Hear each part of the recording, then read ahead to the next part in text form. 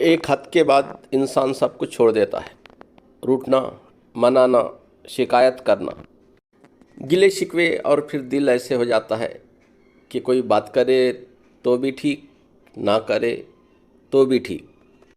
دنیا کا سب سے اچھا گفٹ وقت ہوتا ہے، کیونکہ آپ اگر کسی کو اپنا وقت دیتے ہو تو آپ اسے اپنی زندگی کا وہ پل دیتے ہو جو کبھی لوٹ کر نہیں آتا۔ زندگی میں آدھا دکھ غلط لوگوں سے امید رکھنے سے آتا ہے، اور باقی آدھا دکھ سچے لوگوں پر شک کرنے سے آتا ہے۔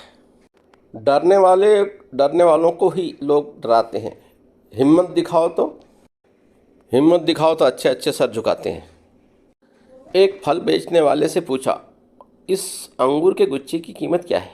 بولا 120 روپے کلو۔ پاس ہی الگ کچھ مختلف ٹوٹے ہوئے انگوروں کے دانے بھی پڑے ہوئے تھے۔ اس کا بھاؤ؟ وہ کہنے لگا 45 روپے کلو۔ میں نے پوچھا، اتنا کم دام کیوں؟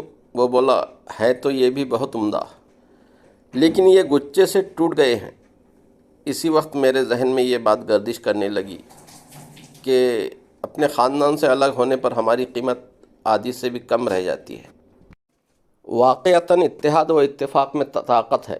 اتحاد جب مٹی نے کیا تو اینٹ بن گئی، اینٹوں نے کیا تو دیوار بن گئی، دیوار نے کیا تو گھر بن گیا۔ یہ بے جان چیزیں ہیں۔